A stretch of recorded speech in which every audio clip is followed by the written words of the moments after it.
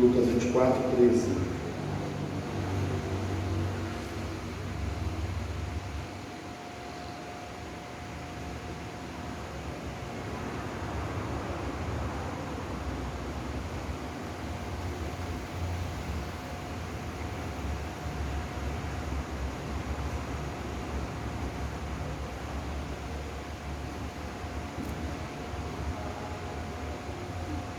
Diz assim a palavra de Deus: Eis que no mesmo dia iam dois deles para uma aldeia que distava de Jerusalém 60 estádios, cujo nome era Emaús, e iam falando entre si tudo aquilo que havia sucedido. E aconteceu que, indo eles falando entre si e fazendo perguntas um ao outro, o mesmo Jesus se aproximou e ia com eles, mas os olhos deles estavam como que fechados, para que não o conhecessem. E ele lhes disse: Que palavras são estas que, caminhando, trocais entre vós? E por que estáis tristes? E respondendo um, cujo nome era Cleopas, disse-lhe: És tu só peregrino em Jerusalém, e não sabes as coisas que nela têm sucedido nesses dias? E ele lhes perguntou: Quais? E eles lhe disseram: As que dizem respeito a Jesus Nazareno, que foi homem profeta, poderoso em obras e palavras diante de Deus e de todo o povo. E como os principais sacerdotes, os nossos príncipes, o entregaram à condenação de morte e o crucificaram. E nós esperávamos que fosse ele que remisse Israel, mas agora, sobre tudo isso, é já hoje o terceiro dia desde que estas coisas aconteceram. É verdade que também algumas mulheres dentre nós nos maravilharam, as quais de madrugada foram ao sepulcro, e não achando o seu corpo, voltaram, dizendo que também tinham visto uma visão de anjos, que dizem que ele vive. E alguns dos que estavam conosco foram ao sepulcro e acharam ser assim como as mulheres haviam dito, porém a ele não viram. E ele lhes disse: Ó nécios e tardios de coração, para crer tudo o que os profetas disseram, porventura não convinha que o Cristo padecesse estas coisas e entrasse na sua glória? E começando por Moisés e por todos os profetas, explicava-lhes o que dele se achava em todas as escrituras. E chegaram à aldeia para onde iam, e ele fez com quem ia para mais longe, e eles o constrangeram, dizendo: Fica conosco, porque já é tarde, e declinou o dia. E entrou para ficar com eles, e aconteceu que, estando com eles à mesa, tomando o pão, o abençoou e o partiu, e lhe deu. E abriram-se-lhes então os olhos, e o conheceram, e ele desapareceu-lhes. E disseram um para o outro: Porventura não ardia em nós o nosso coração, quando ele pelo caminho nos falava, e quando nos abria as Escrituras? E na mesma hora, levantando-se, tornaram para Jerusalém, e acharam congregados os 11 e os que estavam com eles, os quais diziam: Ressuscitou verdadeiramente o Senhor, e já apareceu a Simão. Amém, irmãos? Quantos conhecem esse texto aqui da palavra de Deus? Acredito que todos, né?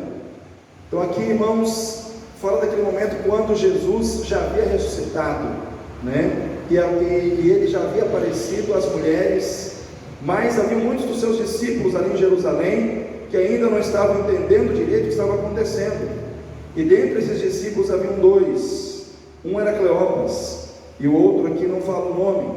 E esses dois discípulos, eles olharam para tudo aquilo que aconteceu ali, e eles resolveram então sair de Jerusalém e ir para Emaús, uma cidadezinha pequena, insignificante, mais distante de Jerusalém, distante de tudo aquilo que estava acontecendo em Jerusalém, distante daquela situação que eles viram acontecer na sexta-feira, porque já era no domingo aqui, e na sexta-feira eles estavam lembrando que Jesus foi levado ao madeiro, que Jesus foi crucificado, que Jesus foi morto, e aquela imagem de Jesus crucificado na mente deles, aquela imagem de tristeza, aquela imagem de dor, aquela imagem de sofrimento, era aquilo que estava mais forte no coração deles.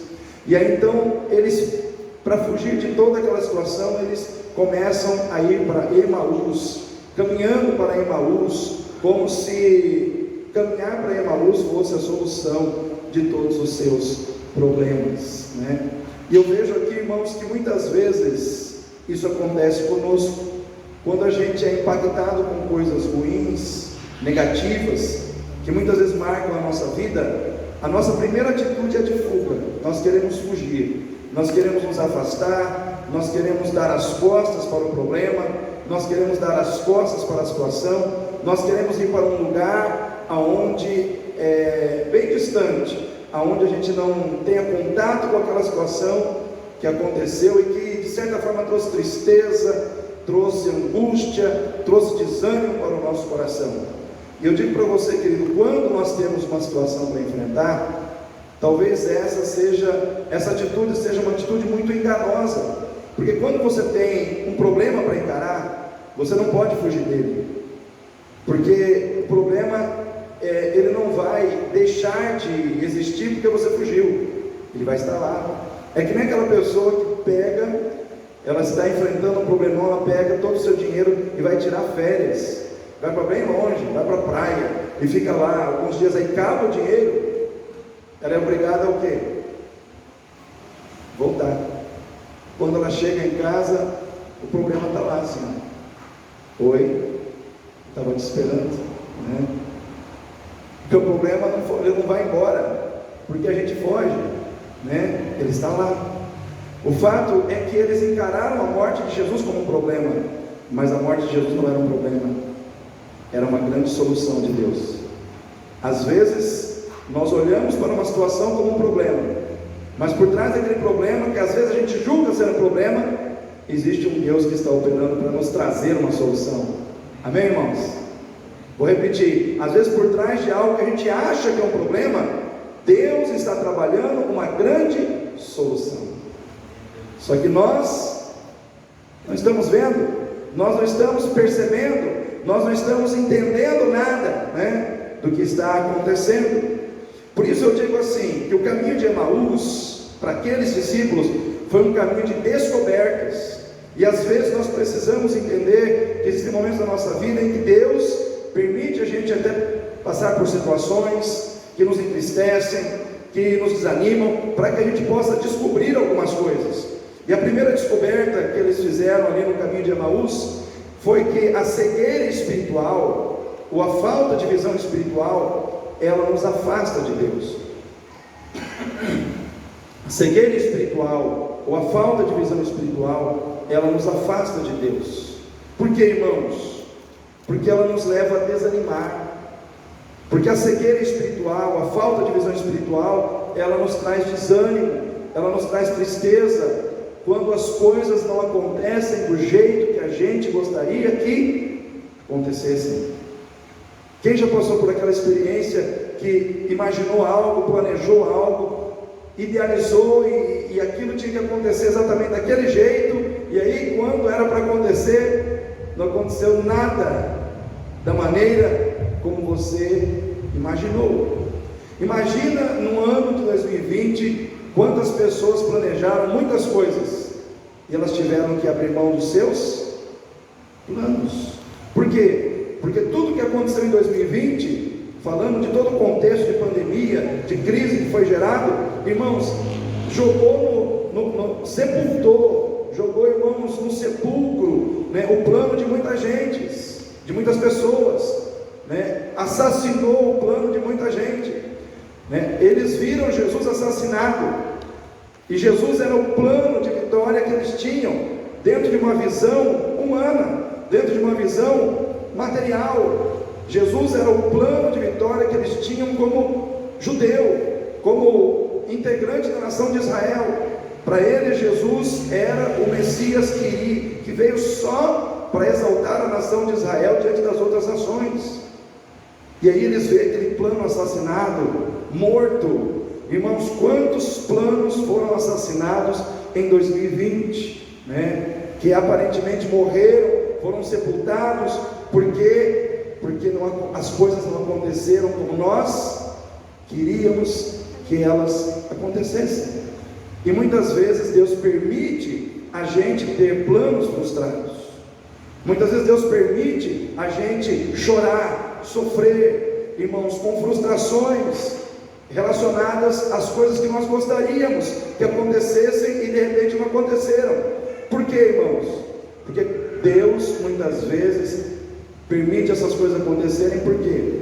Porque Ele tem algo maior para nos entregar, porque Ele tem algo melhor para fazer, porque Ele tem algo mais grandioso para entregar para nós. Porque se Ele entregar o que nós queríamos, aquilo, irmãos, não será para o nosso bem, será para o nosso fim. Irmãos, quando Jesus foi para aquela cruz, Ele estava ali trazendo uma grande salvação, uma vitória eterna para aqueles dois caminhantes, algo muito maior do que o que eles esperavam. Mas eles estavam tristes porque eles estavam esperando algo muito menor que não aconteceu. Eu quero dizer para você nessa noite, querido, não deixe que, vamos dizer assim, a frustração gerada em função dos seus planos que não aconteceram leve você a perder de vista que existe um Deus trabalhando algo melhor para te dar, que existe um Deus trabalhando algo maior para te dar. Porque às vezes nós precisamos deixar que Deus anule um plano para que a gente possa viver outro melhor, para que a gente possa entrar num outro plano muito maior, muito melhor, que Ele está gerando para nós. Mas pastor, por que eu não consigo ver? Porque muitas vezes nós estamos com os nossos olhos fechados, espiritualmente falando. É interessante que o texto diz, olha o versículo 16, Lucas 24:16, como é que está na sua Bíblia aí? Aqui na minha está assim: mas os olhos deles estavam como que fechados, para que não conhecessem. Então eles estavam, irmãos, com seus olhos fechados, com seu entendimento fechado, eles não conseguiam entender claramente o que estava acontecendo. É nesse momento que nós temos que manter firme a nossa confiança em Deus e na sua sabedoria, porque às vezes Deus nos faz passar por situações que nós não entendemos, não compreendemos, e à primeira vista parece que é ruim, mas nós temos que dar tempo para Deus mostrar que por trás daquilo que aparentemente nós olhamos como ruim, tem algo muito bom acontecendo. Amém? Eu quero declarar sobre a tua vida hoje que tem algo muito bom acontecendo da parte de Deus em teu favor. Tem algo muito bom acontecendo da parte de Deus sobre a sua vida, sobre a vida da sua família, ainda que você não esteja vendo, ainda que você não esteja entendendo. Irmãos, porque é o seguinte: quando o Senhor, Ele chama Abraão e diz: Abraão, sai e oferece o teu filho Isaque em holocausto. Irmãos, Abraão entendeu alguma coisa? Entendeu ou não entendeu, irmãos? Não entendeu nada, não entendeu, irmãos. Naquele momento Deus fez Abraão passar por um sofrimento sem explicar para ele o porquê. Só que Abraão continuou firme na sua fé, tipo assim: eu não estou entendendo nada, não sei o que está acontecendo, mas o meu Deus sabe, Ele é sábio, sabe o que está fazendo, e eu preciso descansar nessa certeza, porque lá na frente eu vou ver o que Ele tem preparado para mim. Por que eu estou trazendo essa palavra para você? Porque às vezes, assim como os caminhantes de Emaús e como discípulos de Jesus, nós somos surpreendidos por situações que nos pegam de surpresa, porque aquela situação pegou aqueles discípulos de surpresa. Eles não esperavam que fosse daquele jeito, eles não esperavam que fosse daquela forma. Foi surpreendente para eles, e uma surpresa que trouxe no coração deles medo, que trouxe no coração deles temor das circunstâncias, que trouxe no coração deles preocupação, que trouxe no coração deles desânimo e tristeza. Mas Deus estava trabalhando por trás daquelas situações, assim como Deus está trabalhando por trás das situações que tem te entristecido nesses últimos dias. Às vezes você tem se deparado com situações que tem te entristecido, mas não esqueça: você é filho da promessa, você é filho de Deus, você não é um produto perdido no mundo, não. Você nasceu um novo nascimento em Cristo, você é filho do Deus vivo. Deus te deu uma nova vida, Deus te deu uma nova identidade, Deus te marcou com sangue, você é dele.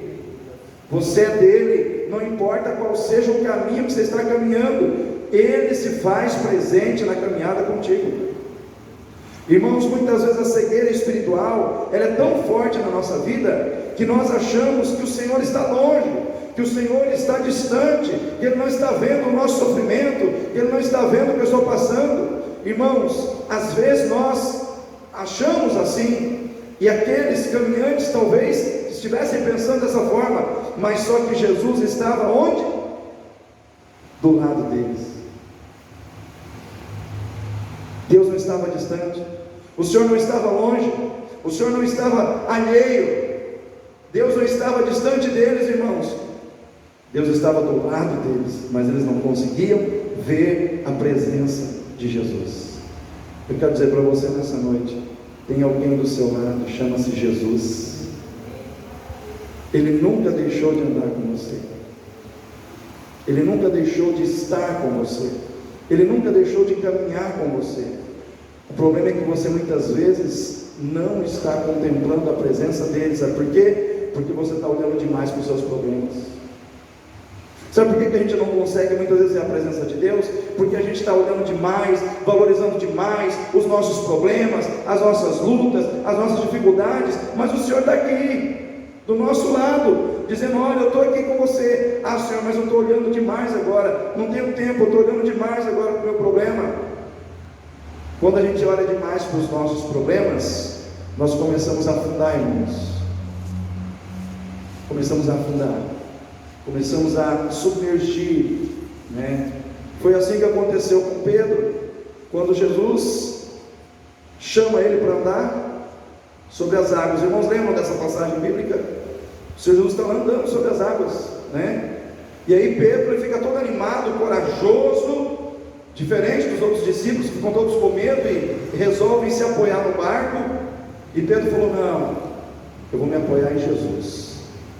Vocês podem se apoiar no barco, eu vou me apoiar em Jesus. E naquele momento Pedro: Senhor, mestre, eu quero ir ter contigo sobre as águas. Jesus falou: vem. E ele precisou ter muita coragem para pular naquelas águas, irmãos. E ele pula. E eu começo a imaginar que ele está andando, olhando para Jesus, e ele vai dando passos, ele vai avançando, ele vai indo adiante. Mas chega um momento em que ele começa a sentir o vento, ele começa a sentir as ondas batendo. O que ele faz? Ele deixa de olhar para Jesus e começa a olhar para quê? Para as ondas, para os problemas, e ele começa a afundar. Ele começa a afundar, até o momento em que ele clama por socorro. E aí Jesus chega e diz: homem de pequena fé, por que duvidaste? Naquele momento, irmãos, a fé de Pedro falhou, mas o amor de Jesus por ele não falhou. E eu quero dizer para você, querido, quando a sua fé falhar, o amor do Senhor pela tua vida não falha. Quando a sua fé vacilar, quando você fraquejar na fé, quando você começar a olhar demais para os problemas, e começar a afundar no meio dos problemas, e começar a afundar no meio da situação, Jesus ainda vem ao teu socorro. Aquele mesmo Jesus que foi ao encontro de Pedro, levantou Pedro no meio do mar, é o Jesus que foi ao encontro dos caminhantes de Emaús. Porque Jesus olhou para o coração deles e viu que havia tristeza, viu que havia desânimo, viu que havia desesperança. E o que o Senhor faz quando Ele olha para o nosso coração e Ele vê essas coisas? Ele chega mais perto de nós. Bem? Ele chega mais perto de nós. Ele não se afasta de nós. Então, todas as vezes que você se sentiu triste, desanimado, frustrado com alguma coisa, Deus estava mais perto de você. Deus se aproximou mais de você. Mas pastor, eu não vi. Você não precisa ver, Ele estava lá, e Ele está do seu lado. Irmãos, o caminho de Emaús é um caminho de descobertas, e às vezes a gente tem que descobrir que muitas vezes nós estamos cegos espiritualmente. Estamos cegos espiritualmente, porque não estamos andando com um entendimento errado sobre quem é Deus na nossa vida, sobre qual é a principal obra que Ele veio fazer na nossa vida? Qual é a principal obra que Jesus veio fazer na sua vida? Ai, pastor, eu acho que Jesus veio me dar um carro novo. Isso pode ser muito bom, mas não é a principal obra. Pastor, eu acho que Jesus ele veio para me dar um novo emprego. Também uma obra muito interessante, mas não é a principal, né? Ah, pastor, eu acho que Jesus ele veio para curar as minhas enfermidades físicas. Também é muito legal. Quem quer ser curado aí das enfermidades físicas? É muito legal, Jesus pode fazer tudo isso, mas não é a principal obra. Jesus ele veio fazer uma obra principal na nossa vida, que é escrever o nosso nome no livro da vida, tirar a nossa alma do inferno, nos levar para o céu, nos dar vida eterna. Esta é a principal obra que Ele faz, é a principal obra que Ele veio fazer. E muitas vezes, quando nós estamos olhando demais para as coisas menores e deixamos de valorizar a obra principal, a gente desanima, a gente perde a visão espiritual, a gente começa a ser aquele crente interesseiro. Sabe qual é o crente interesseiro? Jesus, enquanto o Senhor está me dando, eu estou contigo. O Senhor parou de me dar, eu acho que aí eu estou saindo fora, né? Irmãos, nós não temos que andar com Jesus por aquilo que Ele vai nos dar aqui. Nós temos que andar com Jesus pelo que Ele já nos deu na eternidade. Amém? Nós temos que andar com Jesus pelo que Ele já fez por nós na eternidade. Ele já nos deu a vida eterna. Tem coisa maior que isso, irmãos. Só por isso eu deveria entregar toda a minha vida para Jesus, fazer tudo o que Ele pede de mim, chegar no final do dia e dizer: servo inútil sou, porque fiz só a minha obrigação e não paga o mínimo daquilo que o Senhor fez por mim na cruz do Calvário. Irmãos, quando nós somos crentes da cruz e olhamos para a cruz não como um lugar de derrota, mas como um lugar da nossa vitória, irmãos, a nossa visão se abre, porque é na cruz, irmãos, que nós somos autenticados como servos e filhos do Deus vivo. É para a cruz que nós também caminhamos todos os dias, porque todos os dias eu e você somos chamados, irmãos, a negarmos a nós mesmos, somos chamados a colocar sobre os nossos ombros a cruz e carregar, somos chamados a morrer para o mundo, para vivermos em novidade de vida para Deus, para a glória de Deus. E quando nós vivemos assim, irmãos, a nossa vida muda, e não somente muda, mas a nossa vida muda a vida de outras pessoas também.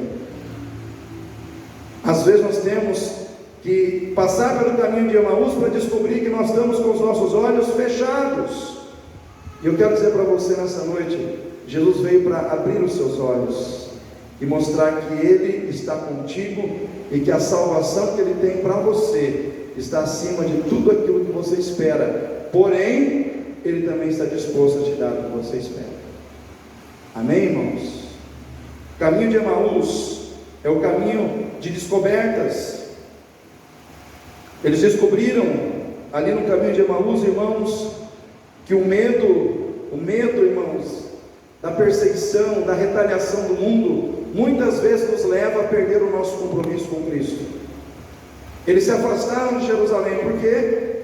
Porque eles olharam para Jesus morto naquela cruz, e eles começaram a pensar: se mataram Ele, o que vai acontecer com a gente? Vão querer matar a gente também, né? E eles começaram então a deixar o medo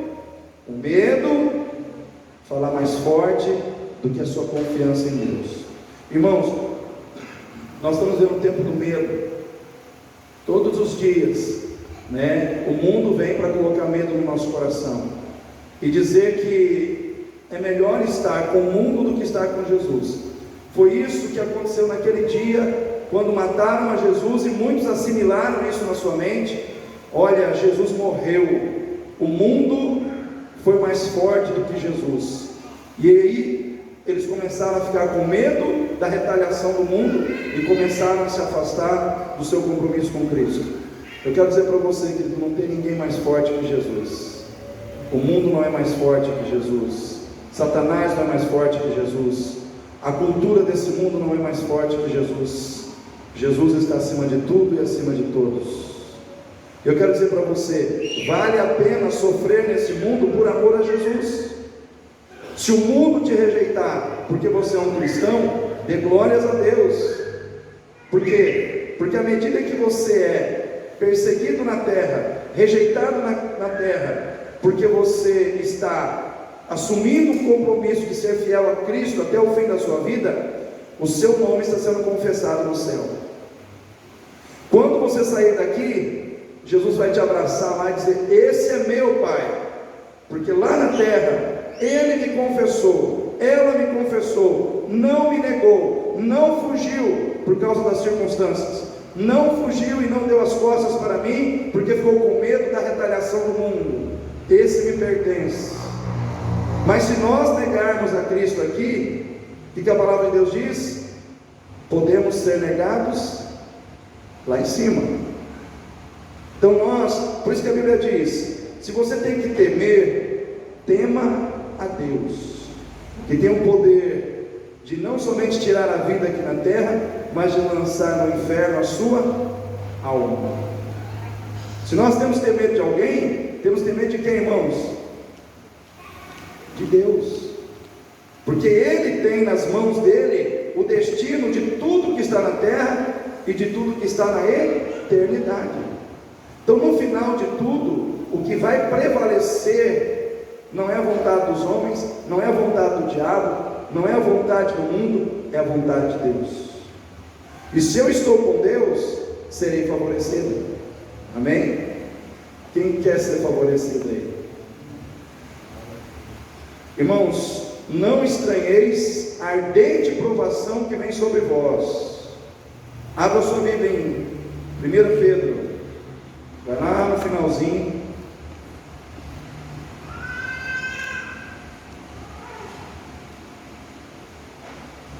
1 Pedro capítulo 4, versículo 12.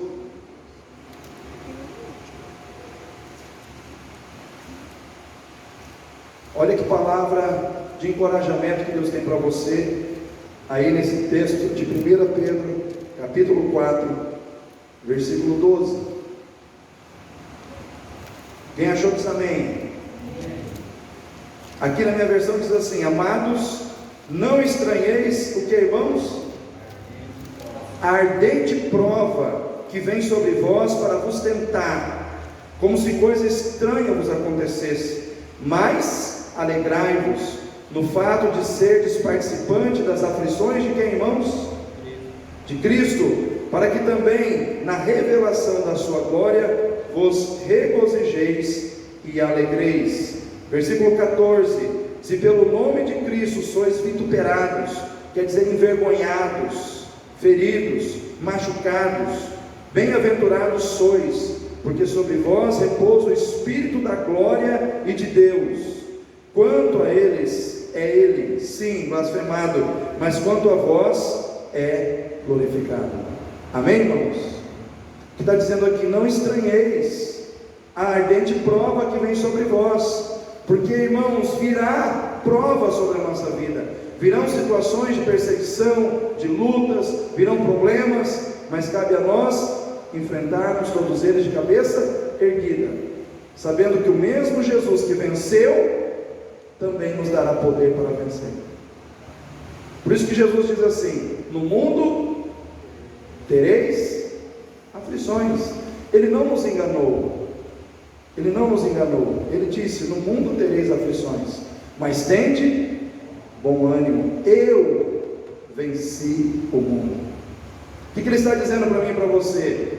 Eu estou dizendo, é como se Jesus chegasse para mim e para você e dissesse assim: você terá aflições no mundo, mas tenha bom ânimo, eu venci o mundo, e a minha vitória é sua vitória. Eu venci, e essa vitória que é minha, eu também entrego a você. Então essa vitória, irmãos, que Jesus conquistou sobre o mundo, ela também é do Carlinhos, ela é da Laura, ela é da Daniela, ela é minha, ela é da Igreja Batista em Itatiaia, mas nós não temos que desanimar. O que a Bíblia diz? Tem de bom ânimo.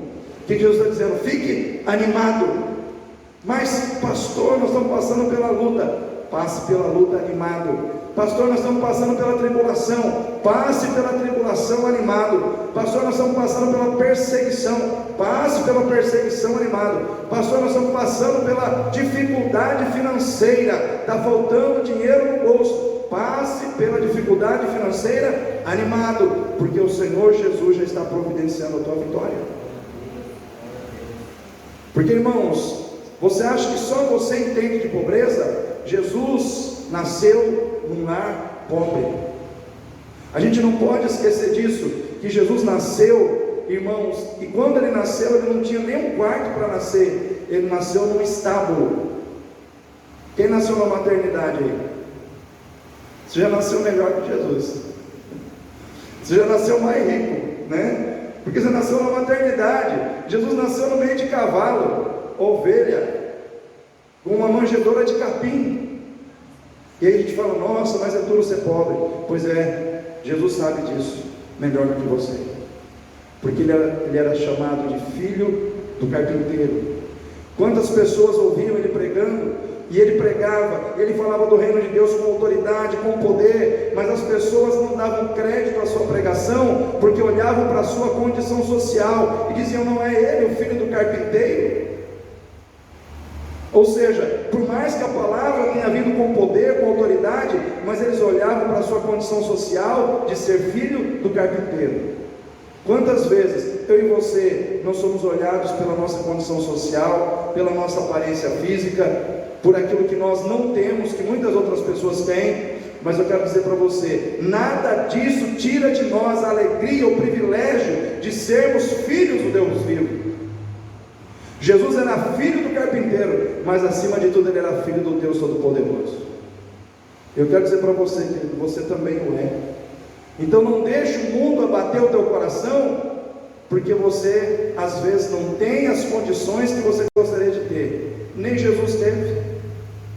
Jesus teve uma vida simples, humilde, mas cheia do poder de Deus, cheia do Espírito Santo, e isso fez toda a diferença.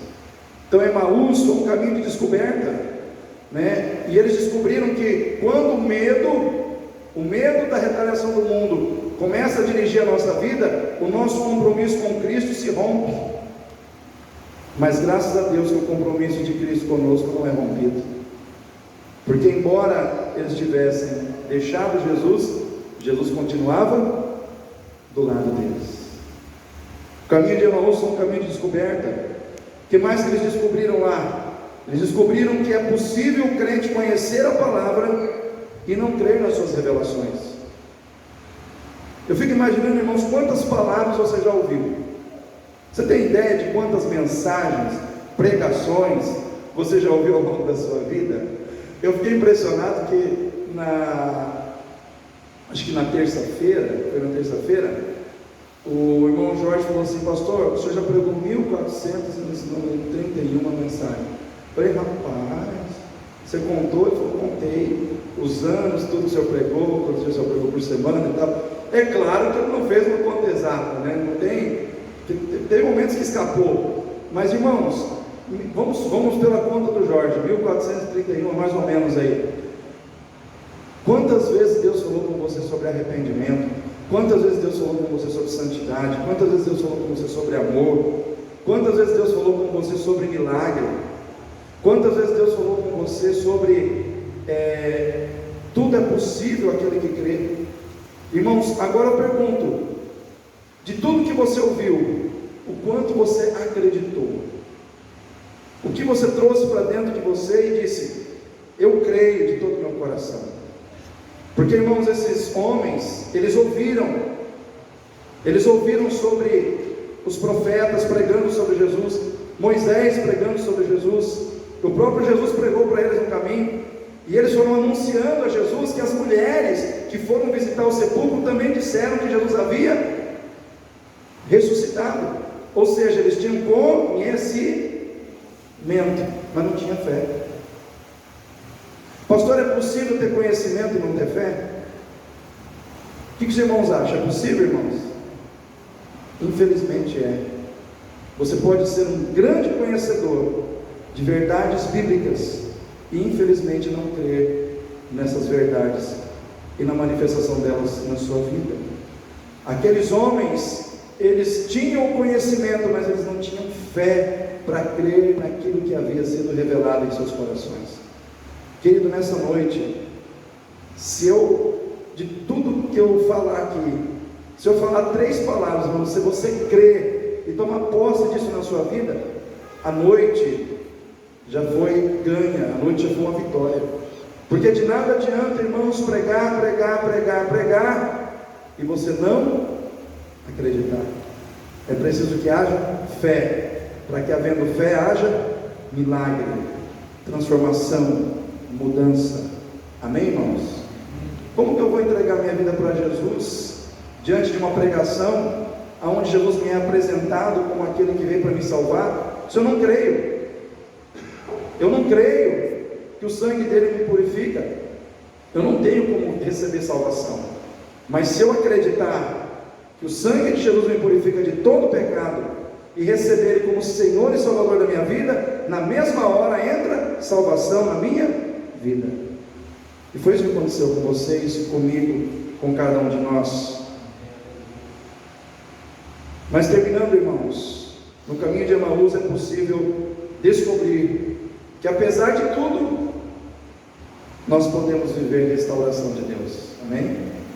Quem quer viver restauração de Deus aí?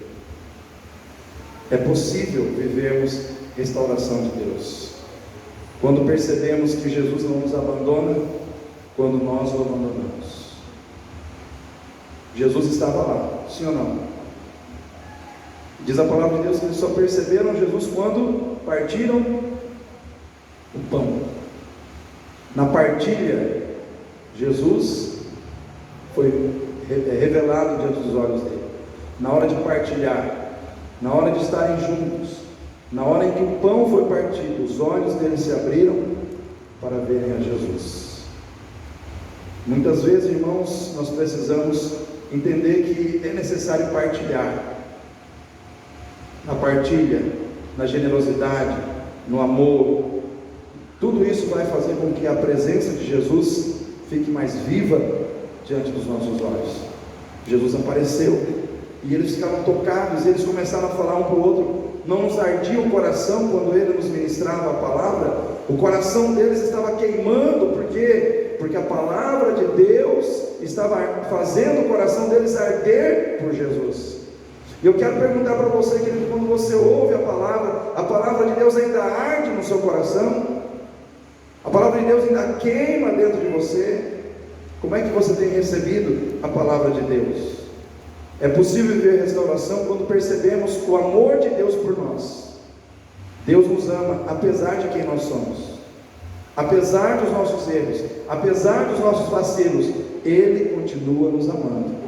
E isso tem que renovar em nós a esperança de que o nosso caso não está perdido. Fala para o seu irmão, o seu caso não está perdido.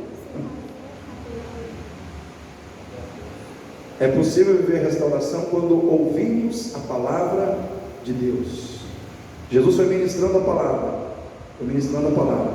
chegou uma hora que aquela palavra surtiu o efeito desejado, abriu a mente, os olhos espirituais. Irmãos, nós não podemos negligenciar o poder que a palavra tem de abrir os nossos olhos, de nos capacitar, de nos mostrar as verdades de Deus. Então você que está ouvindo a palavra nessa noite, você está recebendo da parte de Deus conteúdo de Deus, conteúdo espiritual, para que o teu coração fique mais atento, para que a fé dentro de você cresça, porque a fé vem pelo ouvir, e ouvir pela palavra de Deus. Então quanto mais palavra você ouve, quanto mais palavra de Deus entra na tua vida, maior a sua fé se torna.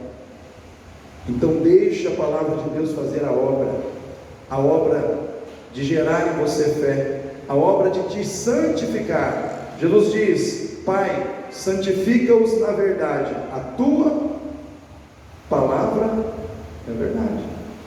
Quanto mais palavra você recebe, mais santidade de Deus é desenvolvida na sua vida, mais da santidade de Deus começa a fluir em você.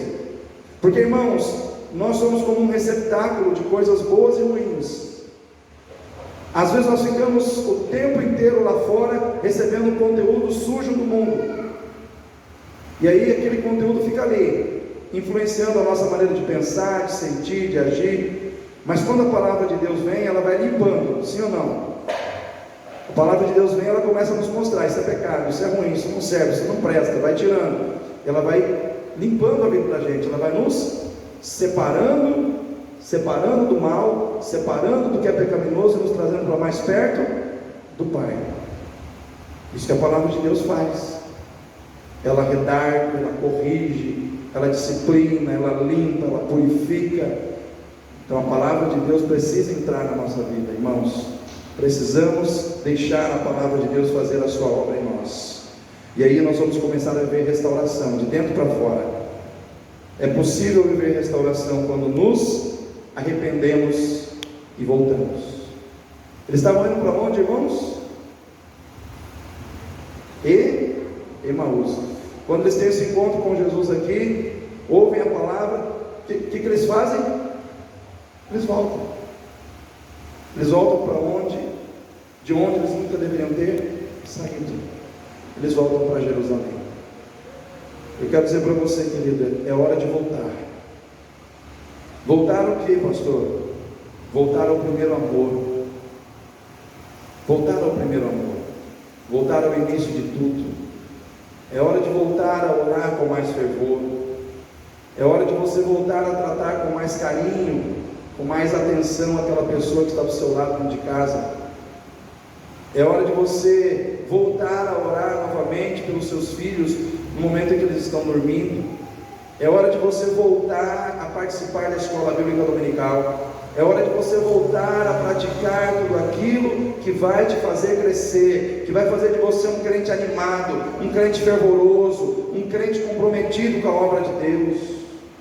Eu falo de voltar, eu olho aqui para a Laura e para o Gerson, eu vejo que eles voltaram com força, né? Porque houve um tempo que a Laura e o Gerson estavam um pouco distantes por causa das circunstâncias, mas eles voltaram e voltaram mesmo, né? Estão participando de praticamente quase todos os cultos da igreja, com fervor, com alegria, e eu tenho certeza que isso está movendo no coração do casal, de maneira positiva, no sentido de trazer mais fervor, no sentido de capacitar mais ainda a vida deles, porque, irmãos, é gostoso quando a gente volta para Deus. Voltar para Jerusalém é voltar para Deus, é voltar para a comunhão com a igreja. A igreja estava em Emaús ou estava em Jerusalém? A igreja estava em Jerusalém, a comunhão estava quebrada, mas quando eles voltam para Jerusalém, estão voltando para a comunhão com a igreja. Estamos dizendo, a nossa comunhão foi quebrada, mas agora nós estamos voltando novamente para restabelecer essa comunhão com os nossos irmãos, e assim nós estaremos sendo fortalecidos e também fortaleceremos a eles também com a nossa fé. Irmãos, a igreja é um ambiente onde nós nos fortalecemos, trocando e repassando um para o outro fé, ânimo, coragem, e é isso que Deus quer que a gente faça todos os dias que a gente se reunir aqui. Amém? Deus quer restauração para a tua vida nessa noite. Você recebe? Aleluia. Então fique em pé, em nome de Jesus.